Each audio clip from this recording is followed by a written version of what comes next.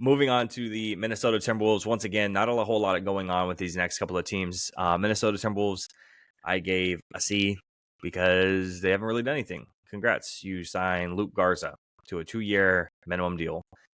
25-year-old center. 25 games last season. 4 points, 1.2 rebounds. You're backing up Rudy Gobert, Karl Anthony Towns, and Naz Reid. You're probably not getting a whole lot of playing time outside of garbage minutes, blowing a team out, so it doesn't really do anything for me. But this is a team that doesn't really have to do much of anything. This is a team that has to move around or do a lot. I think bringing back a guy like Kyle Anderson has a lot of value in terms of what he brings to the court defensively, and his float game is weirdly unstoppable. But outside of that, I think the team is fine where they're sitting. A C doesn't mean they've done horrible. It's just they haven't done anything. Doesn't mean they have to. It's just whatever to me. What do you think? I think that Karl Anthony Towns is a sneaky pick to be on the trade block. What's the return on Karl Anthony Towns? What are you looking for, or where does he go? I don't know, man. Ant is clearly the future. Gobert is there. They have a roster. Karl Anthony Towns is nice, but please hold. Wow, holy shit, man. $49 million, $53 million, $57 million, $61 million, and 27-28. That's just, I'm not sure what you're looking to return except for maybe not that. $61 million. Wow. That's a lot of money. Yeah.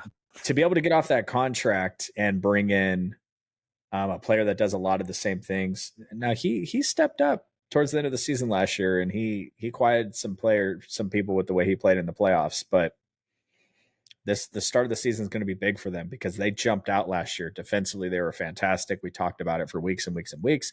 They won a bunch of games, but what if they're just okay?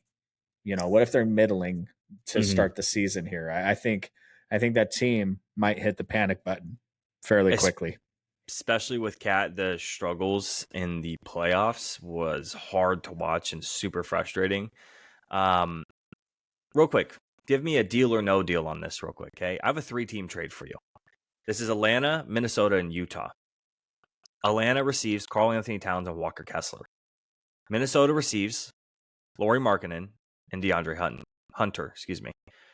Utah receives Clint Capella, Garrison Matthews, a 2025 first-round pick from Atlanta, a 2027 first-round pick from Atlanta, 2030 first-round pick, 2028 first-round swap, and a 2025 second-round pick. That's a 3-team trade. Big pieces is basically Clint Capella and a bunch of first-round picks for Utah, Minnesota getting Lauri Markkanen, Atlanta getting Cat with a bunch of filler in there. How do you feel about that for each one of those teams? Well, I'll make it very simple for you. The Atlanta Hawks, it's a yes. The Minnesota Timberwolves, it's a yes. The Utah Jazz aren't making that trade. Seems like it's not enough for what they're giving up. Especially since you know what fucktard is over there, right? Your boy. Who's my boy? He's your boy, Danny Ainge. Yeah, he's in charge of the Jazz. They have to pillar and plunge in anyone to do a trade with. Lauri Markkanen, you're going to have to send back. If the Minnesota Timberwolves called Danny and said, "This is our proposal," Danny would say, "Well, what about Ant?"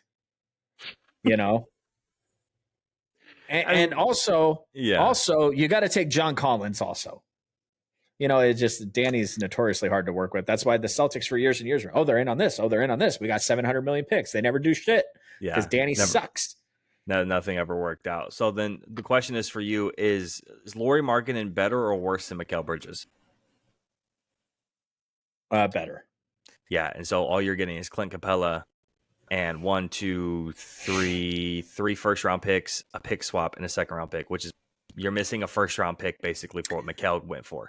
This Mikal Bridges trade though is an outlier. We I know. can't base every trade off of that because that was the Knicks going all in on the New York Villanovas and Yeah. thinking that they had, but the Utah Jazz roster. I mean, you got Walker Kessler. He's a Yep. lot of people are interested in him. You got Jordan Clarkson, John Yep. Collins, Colin Sexton. That is not a good roster.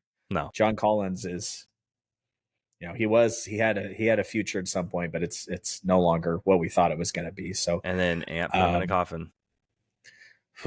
that was bad.